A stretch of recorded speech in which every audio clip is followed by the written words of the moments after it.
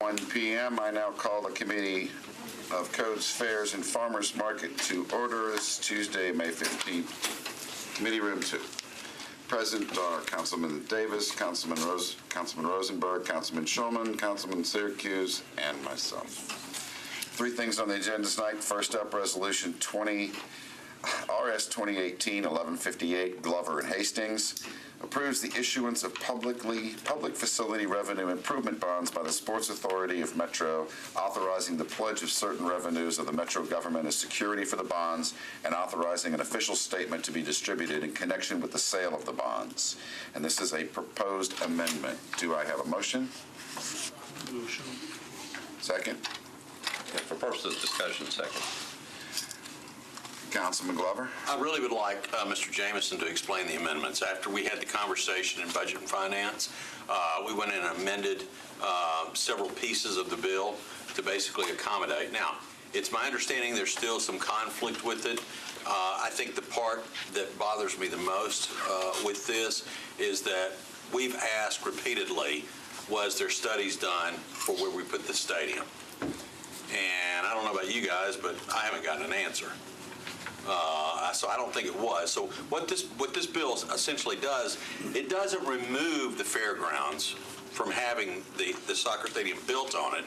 It just says, did we look at other options? And so that basically is what I'm trying to accomplish. There is some confusion as far as the language on the $25 million for the stadium, $25 million for the fairgrounds improvement. We basically just mirrored the resolution we passed in November. The assumptive piece is that we've already approved it going there. We didn't approve anything except for an opportunity to issue bonds if all the other components were met. And we haven't gotten there yet. And so, therefore, I felt like it was probably appropriate to have the opportunity to study, are there other places in town that this can work, that has access, that works and everything else. And so that's why I brought the resolution. So obviously, I mean, we looked at this and seen things in the paper and so forth. I mean, there seems to be some concern, and I understand what you're trying to do, but some serious concerns that if we were to move that stadium or put it someplace else, that, I mean, commitments have been made, all these legal things have been made, and I'm not sure who the right person is to answer those questions, but obviously there are concerns about starting to change that language if people relied on it, and what, if we were to change it, what were the liability risk involved? And I'm not really asking you, I'm asking... Well, I asked the question in Budget and Finance. Okay. And the answer is we don't have any financial liability because we haven't, in fact, entered into a contract with anything yet. So, I mean, I asked that question very specifically because, I mean, that was, of course, the letter we got. That was the discussion that was given to us.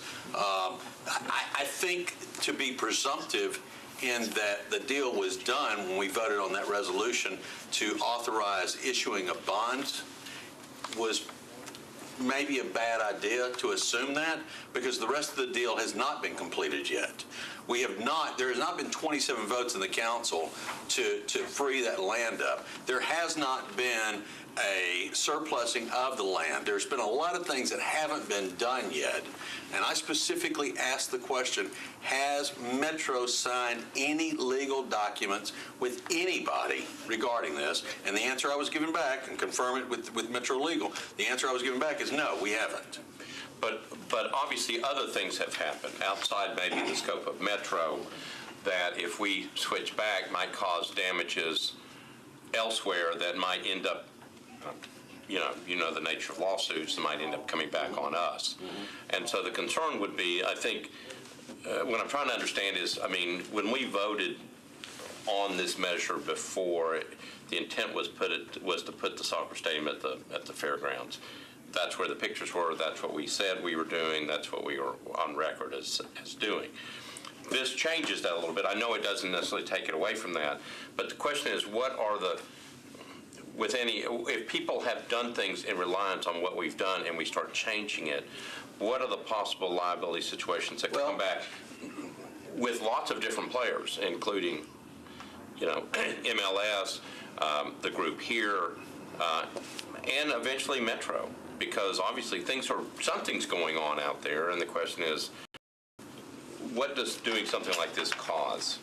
So, And here's Mr. Jameson. yeah, so, And I've just made all that eloquent Yes. questions, and now he didn't hear any of them. so what I'm going to ask is the same question I asked Mr. Jameson when we were in Budget and Finance. And, if we, and I realize there's language issues, even with the amendment, that create some problems.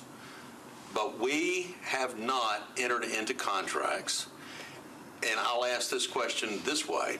If there are 27 votes not accomplished on the floor to give away 10 free acres of land, then does that squash the deal also? I mean, is that where we are? I mean, are we basically in a point where we're being held hostage, that we've got to do it this way? Because we passed a resolution last November to issue bonds. So the 27 vote requirement is simply to provide for demolition of the fairgrounds facilities. That's the Charter 11602. It has no application to the 10 acres.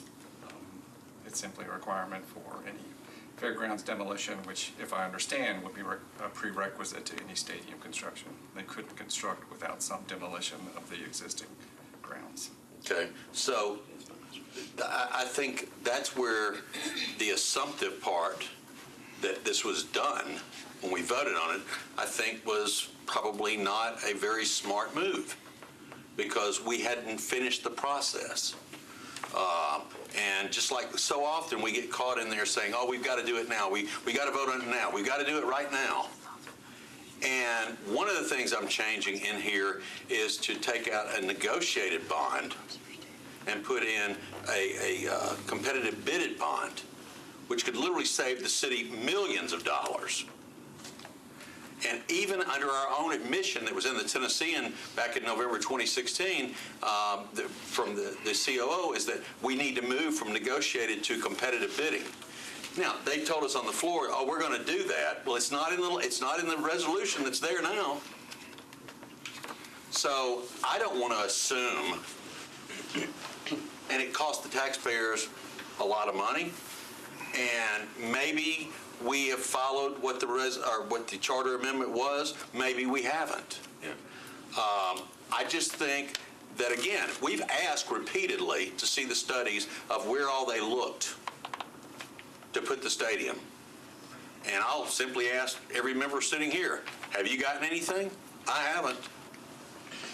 Well, and my last question, then I'll be quiet, but Mr. Jameson, when you walked in, what I just finished asking, we were having a conversation about the liability. And I think it came up last time in budget when I wasn't here. So there may have been questions about Metro's liability, but what I'm overall interested in, because I've seen all this, people have relied on something we did. Contracts, I think, have been entered. MLS, says that they relied on the thing going to the fairground. There's a lot of other things that are going on that may eventually come back on Metro if we were to do something like this. And I guess what I'm trying to do is figure out the possible liability, what people relied on us to do, have been doing things. I'm not sure everything that's been done, but what are the consequences of doing something like this if all of a sudden we start moving back? I know it doesn't say it can't be at the fairgrounds. It's just generic. But, do people start getting uneasy? What are the possibilities? And you may not know that. It may not be a fair question. I'm just trying to figure out, we're starting to change something that we did, and what does that mean? I think it's a matter of degree. So you got a letter from Mr. Ingram that came out pretty boldly and said, there's liability if you do this. And my slight pushback on that is that this is all contingent upon several other ordinances passing. You have to approve lease agreements between the team and the fair board, approve lease agreements between the sports authority and the team, pass the ordinance that requires 27 votes. So the question becomes, what have they done in reliance upon what was passed in November reasonably? The problem with liability, in my opinion, is it's one thing to state there are more conditions left to be fulfilled, so you can't really have relied on this. That's fine. But if you add new conditions that weren't on the table in November to their obligations, that's a problem. That's grounds for them to claim liability. The only other thing to be aware of is that in the governmental project agreement was Exhibit A to both the November and this resolution. There is a line in there that says neither party will take any action that reduces their ability to fulfill third-party agreements they've entered into in reliance on this. So what has the team done in reliance on what we passed in November? I don't know. But if the passage of this deters their ability to fulfill it, there could be liability. And I guess, Mr. Chairman, that's my concern, and I'm not sure. And I'm not sure, I keep reading that other agreements have been signed and everybody's relying on this thing going in. Maybe we need to figure that one out before we were to do something or let this one go, move this one and cause additional problems. I just want to make sure that we understand what we're doing. And I don't necessarily have in fact, I have no problem with doing that. And if I need to defer indefinitely, I think, Mr. Jameson, I can do that, can I not? Sure. All right. So if I need to defer indefinitely, if we will all commit to let's find out. I mean, I think we've asked fair questions. We've been given no answers. And so until we receive those answers, I don't think that we should obligate the taxpayers for anything at this point. We said we gave permission for a bond, for the Sports Authority to issue a bond. But they haven't surplused the land. They haven't done a lot of things that are required in order to make this deal necessarily happen at the fairgrounds. Okay? If down the road we find out all the answers, that's fine. But if I need to defer indefinitely, I'll be happy to do that, because I don't think we just need to let this conversation die on the table. I think we need to keep pushing and finding out, okay, what is involved? I think we keep asking the questions. Why haven't we received the studies because supposedly they were done? So, I mean, I think they're legitimate questions. I think that because while the fairgrounds may be in one councilmatic district, the entire city, the state, the region comes, shops there, uses that facility, et cetera.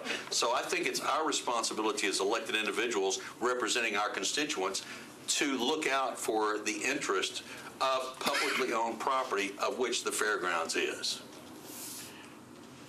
Councilman Davis. Okay. This is me, I'm old school. Is there anybody from the Ingram Group or the soccer club here today? Okay. How are you? Good. Mr. Compton? Good to see you, sir. And Baylor's here too. How are you? Didn't see you. The order of the bus team. Okay.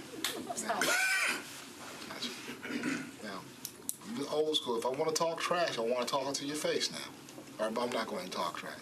Mr. Jameson, I got a quick question. And I know you've probably answered this before, but, just so that we know and everybody at home knows, okay, for this to happen, we need 27 votes to tear down a building. Is that correct? That's correct. Okay, now, wonderful people, okay? I don't mind, and this is me personally, I'm not speaking for the caucus, I'm not speaking for this committee, okay? I'm okay with doing a 99-year lease, okay? No problem with that, okay? The problem comes to is when, when an organization, I can understand there may be some liability on your client's end, okay? However, though, you still got to get 27 votes to make this happen. And that doesn't violate, if 27 votes doesn't happen, Mr. Jameson, are we liable? I'm sorry, I was talking to a councilman and I didn't hear I was you. interrupting you. If the vote was today, okay, and if they did not get 27 votes, are we still liable? I would say no. You will say no. Now, this is our attorney, okay? I have to listen to our attorney. Now, and once again, I'll reiterate, I don't have an issue with with your client getting a 99-year lease on 10 or 12 acres of land. My issue comes, and this is very cut and dry, when we can't do similar deals that don't cost revenue bonds or anything for other areas of town. Okay? I have a concern. If I'm willing to do it for Mr. Ingram, I should be able to do it for the Bordeaux Eagles and other great organizations, especially where they don't require tax increments or, bond issues, okay? And I'm just being straightforward, okay, with that, okay? And when we ask for, doing something similar, like, hey, can revenues, small percentage, go to the flea market or to the concession, so stuff to go to improve the fairgrounds. I think being open to that and figuring out some solutions will help you with this cause, And I don't know if you have, I don't know if you've not, but the main thing here is, a lot of the community feels left out. We're doing this great deal, but at the same time, we feel left out. And, when one part of town, it's okay to do certain things, but the other part of town, hey, we can't do that. We forgot about this deal. And I'm not blaming this on your client, but you still need to get 27 votes in our view for this. I'm not saying I'm against it or I'm for it, but I'm just speaking plain English. And my attorney says if you don't get 27, We're trying to form a quorum over here in public safety. we're not liable. You know what I mean? Because that's the charter rule. I'm sitting here for And hey, How long? 2 minutes. Let me see how many they had. They only had 2. I got to be in public safety too. Okay. I'll make a deal. I'll come over there with you. There you go. That's exactly the horse trade I'm trying to make. So let's make this real easy. I'm going to move to defer indefinitely. And that's exactly what I was about to ask you, because I noticed here that it was disapproved by Budget and Finance yesterday. So there is Defer indefinitely the request of the sponsor. Second. oh, thank you, Jeff. All in favor of deferment? Aye. Any opposed? Gotcha. Excellent. Yeah, I got it. And very quickly, hopefully, next up, Resolution RS 2018-1216, Councilman Syracuse, requests a report within 90 days from the Department of Codes Administration and the Department of Public Works regarding efforts undertaken to enforce sections 6.040.010 through 6.04.035 of the Metro Code of Laws and providing recommendations for further enforcement. Do I have a motion? Move it. Second. Councilman Syracuse. Thank you, Mr. Chair. Obviously, we have a lot of elections going on, and this is just a request for Codes, Public Works, and the Davidson County Election Commission to get together and figure out how they can do a better job of enforcing current laws regarding campaign signs and being put illegally in right-of-ways. Any questions? All in favor? Aye. Any opposed? Passed. Thirdly and lastly, Council Lady Blaylock and Councilman Freeman, Bill 2018-1173, amends Title VI of the Metro Code of Laws by inserting a new Chapter 6.73 to prohibit retail establishments from providing to customers single-use plastic carryout bags. Do I have a motion? So, Mr. Chairman, we moved in, whatever I was just in, Public Works, to defer until the second meeting in July. Would the sponsor like to defer until the second meeting in July? Yes, please. Do I have a motion for that? You have a second. second. All in favor? Aye. Done. And that concludes codes. Thank you very much. Toby. Moving ahead.